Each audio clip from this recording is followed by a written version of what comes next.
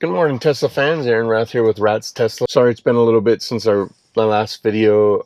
I thought about going on a schedule of just doing one video a week, but I'm so close to hitting a milestone in subscribers. I'm going to bump that back up to 2 videos. I've got a lot of good ideas, but today's video is more towards the beginner type Tesla owner, someone that just got their Tesla, or someone that got a Tesla that they're going to pick up soon and has never owned one before. I want to talk about my top 5 things that a new Tesla owner needs to know and understand about having their Tesla. What are some of the tips and tricks? What are some of the things that you need to know and understand for your new Tesla? So let's dive right into this today. And our first subject is going to be about braking, regenerative braking, using it, not using it, what it does for you, and all kinds of things. So the first thing we need to know and understand is the type of braking settings that we have. So if we look at our menu here, and you get there by clicking on the car down in the lower part, you can see right here, that brings up this main menu. If we look at this main menu, in here you'll see pedals and steering. So we're going to click on that, and then as we look here in the middle, you'll see 3 different settings for stopping mode. And I want to talk about those real quick. The first one I want to talk about is creep. So creep is basically like driving a regular car. It will, as you pull up to a stop sign and you have to hit your brake to pull up to the stop sign or the stoplight, if you take your foot off the brake, it's going to continue to roll. In other words, the motor is going to continue to apply torque to the wheels, and your car will roll. Keep in mind that if you're on a hill, it will not apply enough torque to keep you from rolling backwards. So this does nothing for you for rolling backwards. The second setting is roll, and that's exactly what it is. It's not going to stop you, but it's also not going to apply that torque to the motors that you get in creep mode. It's going to just free roll, like as if you were in neutral. The best setting to be on is hold. First off, it creates a regenerative braking situation where your car, when you take your foot off the accelerator, the car will do the braking for you. It takes a little bit of getting used to. You have to feather the accelerator, and you have to, just get used to being able to let the car stop for you. Sometimes it's a trust issue, but on the hold mode, when you get to a full stop, when the car brings you to a full stop, up here in the corner, you'll see something. And if I put the car in drive and I take my foot off the brake, right here, you see it says hold. That means that the car is holding us there. So if you're on a downhill or an uphill and you've got, a little bit of grade that wants you to roll, this will stop you from rolling, and it'll keep you from rolling backwards, forwards, whatever. This is the best setting for the brakes if you want to have the car regen braking for you. We'll back out of here, and I want to show you a couple things that you should look for when you are using regen braking. The first one being that hold. If you watch, we go to 0 and then that hold pops up. That hold tells you that the car can't roll. You can't see it in the video from my backup camera, but my driveway got quite a bit of grade in it, and the car will continue to roll. And you have to do all these changes in park. So if I put the car in roll, and I'm going to pull forward just a little bit, just so I have a little bit of driveway behind me. And if I take my foot off the accelerator, I'm going to drive up the driveway. I'm going to take my foot off the accelerator. No hold pops up, and we roll. We roll down the driveway. Now, if I put the car in park and we put this in creep, Now we'll do this again and we'll see the difference. So we'll put the car in drive. We're rolling, but we're not rolling as fast because the car has creep mode on. So the motor is applying a little bit of torque to it, but not that much. And we put this in drive, and I'm gonna open my window so we can kind of see this. I'm in creep, and you see how the car is slightly rolling forward, like as if you were in a regular ice car. The car will move forward. The motor is applying torque to the wheels, and we're slowly rolling forward. Again, that is creep mode. If we put the car in park and we put it in roll, and now we put the car in drive, we are actually rolling backwards because we're on a slight downhill. So you've really got to pay attention to this when you do this. So we're going to take it and we're going to put it back into hold, which is basically regenerative braking. We'll let the car stop us, and then you'll see the speedometer, and then it'll change to hold. Now what I want to talk about is this little gray bar across the top here. As I put power from the accelerator, you can see that bar turning black and going to the right. The more I accelerate, the longer the bar gets. That's energy consumption. Now, if you watch, we're going 19 miles an hour. If I let the regen braking hit, you'll see the green bar go.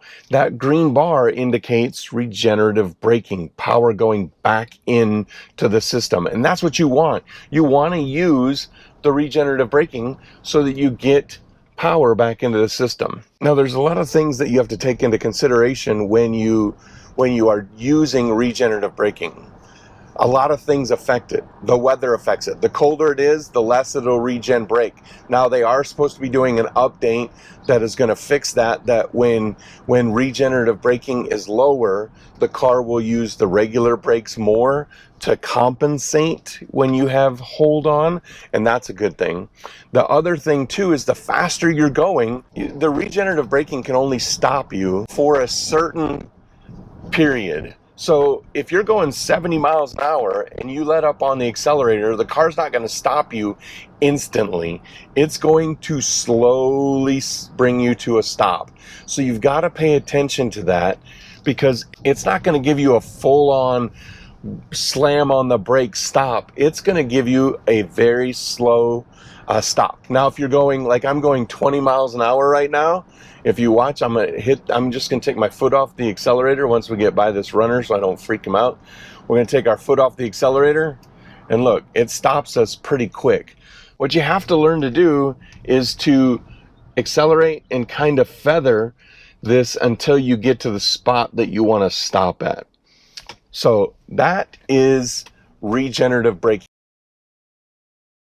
The second thing I want to talk about is opening your doors and getting people that are using your car to open your door. So the best way and the recommended way to open the door is these buttons. You'll find one on each of the doors. You press that button, and what you'll notice, and I'm going to put you up by the window so you can see it when I press the button, is that the window is going to roll down about 3/4 of an inch to an inch so that it clears the weather stripping. So I press the button, you'll see the window, well, it rolls down about 1/2 an inch. And you can see that right here, that the window rolls down, and that is so it can clear and come out of this weather stripping channel. When the door is closed, that window will pop back up in there and seal itself. So if we watch it, we'll see, if we can watch it, we'll close the door, and you could see that glass slide up. We'll see if we can see it a little bit better from the outside on the close. So you can see that window pop back up. When I hit the handle on the outside, that glass slides down and kicks the door open. So when you have people in the car, the first thing I do before we even get to where we're going to is I point out this button and tell them to please hit that button to get out. And that is the safest way. Now, the other way to get out in an emergency is this little handle on the backside here. Tesla calls this the emergency release because it didn't used to lower the window. And so what would happen is when you pull this handle and you push the door out, the glass was catching in that weather stripping that we just talked about. But now Tesla implemented with a software update, if I lift on that handle, the window still goes down, but I get a warning on my screen that says the manual door release was used, may cause damage to window trim. So you really don't want to use that handle unless it's an emergency. And just like the one button, it still lowers the window and it still puts the window back up, and as soon as you close the door, the air is cleared off. So there is a trick for manual release in the back seats, and I'll have to show that to you in a different video because it's not an easy thing. It's not as easy as the front door where it's got these little handles. It's kind of hidden, and I'm actually going to make mine a little bit easier. So when I get to that little minor upgrade I'm going to do in my car, I will show that video. So make sure you subscribe and you won't miss that. That's an important step. The next tip I have has to do with the app. So in the app, you'll see right here where it says climate, and it says my interior 71. But if it gets hot out and your climate gets into the hundreds, you want to cool your car down. Now there's a couple ways you can do that. You can click on climate and it'll open up this new menu, and then you can set the temperature that you want your car to be at and hit the on button. So if I hit on, now it'll say 70 right there, and you can see in the animation on the car that the vents are blowing. It's actually cooling the car. You can do this for both cooling and heating just by setting the temperature in the app. I can also turn it off here and you'll see that venting went away. Now the easiest way to do it is this little button right here, the little fan button. If I hit that fan button, you'll see it turn to solid white, and then right there you'll see that my climate control says active. So what I do is I have about a 5-minute walk out to my car from work. First thing I do is I grab my phone, I see what the interior temperature's at, and I turn the climate on. When I get in the car, it's a cool 70 degrees, and it is a great thing to use. That is tip number 3. Okay, for tip number 4, we're back in the car again. We are going to back out of the driveway here and show a few things that you need to be used to looking at on your car that are different than probably any other car that you've had. The first one is you need to get used to, as we look forward, you'll see I have this screen from Hansshow. You can find the link for that down below if you want to get one and add it, but that doesn't come there. So what you need to get used to is looking at this screen on your right for your speed. You'll see right there, that's my speed. So as I'm in the driver's spot, I'm looking forward with the point of view from the driver, you'll notice that that speedometer is off to the right a little bit. So you need to get used to kind of looking over at that speedometer. The other thing you'll notice is that you can have the speed limit turned on so you can see what the speed limit is in the area. It's going to read the latest sign and give you that speed. The other thing you should get used to looking at is that black and green bar that I talked about earlier in the video to show you your regenerative brake. And then probably the last thing you need to know is people always want to know, okay, so it says it's 59%, but what is that in miles? Well, if I click on that 59%, you'll see it changes to miles, and that 59% equates to 172 miles. You have to figure out which one you like to use the most. Me, I like to leave it on percentage because for me, it tends to cut down on range anxiety. So when you put it on miles, and the reason I don't put it on miles, when you put it on miles, you'll notice that it makes a lot of adjustments. So you actually might go drive 1 mile, but 5 miles come off of there. And that all has to do with how you're driving. So putting it on battery percentage really, for me, reduced that range anxiety. So again, that is nothing more than just touching the number right up there, and you'll see it switches back and forth between battery percentage and mileage. My final tip for new, especially Model Y owners, is to get something on this roof. You'll notice the sun is shining through the roof, and I have parked in this spot for this purpose. You can see the sun shining through this roof cover. There are so many of these on the market. This one's made by Top Fit. I got it on Amazon. I will put a link down below in the description and a discount code for it. You can get 20% off for the remainder of this year on this. The cool thing about this one is it's a two-piece one. You see there in the middle, it's actually got this seam in the middle. So you can take down the front piece or you can take down the back piece, but I highly recommend getting a cover like this because in the summertime when it's hot, this is going to help keep the car temperature cooler. You hear a lot of people talk about putting tint on their windows on the top, but I've heard horror stories if you don't use good tint, the right tint, that you'll crack the roof. I'm not going to tint my roof. First off, in the winter, I like having it open and I like being able to use that glass to kind of keep the inside of the car warmer. So I don't want to tint it. I want to leave it as is.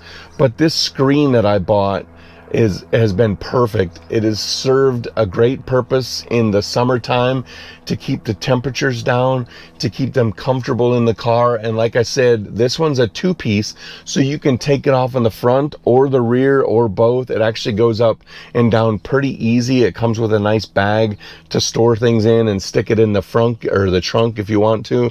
Either way, this is a great product. Like I said, I'll have a link in the description down below for it and a discount code for this one as well. My final tip for new owners is to don't worry about the range and all of that stuff. If you have a Model Y Performance, put that thing in sport and go drive it. This is such a fun car to drive that worrying about the little things with the car is so much fun. You don't have to worry about the gas. I'm making a video right now to talk about my weekly driving habits and charging habits. And I'll tell you, it costs me, if I just do my regular back and forth commute to work, it's about $1.50 a day, $1.50 a day. That just makes it so much fun to drive. Don't waste energy worrying about the little things when it comes to your Tesla. Don't look and say, 100% used to get me to 303 miles, but now 100% gets me to 290 miles. In the grand scheme of things, that doesn't matter. In the grand scheme of things, 100% gets you 100% usage of the battery. Your trips are going to take a little bit longer. I took a road trip. I'm going to put a link to that video up above because you'll see that taking road trips takes a little bit longer. It actually makes them a little bit more relaxing and fun. That'll do it for today's video. Thanks as always for watching. Make sure you subscribe and hit that bell button. Drop a like on this video if it was helpful to you. But subscribe. We are so close to 1,000. We want to hit that 1,000 mark here very soon.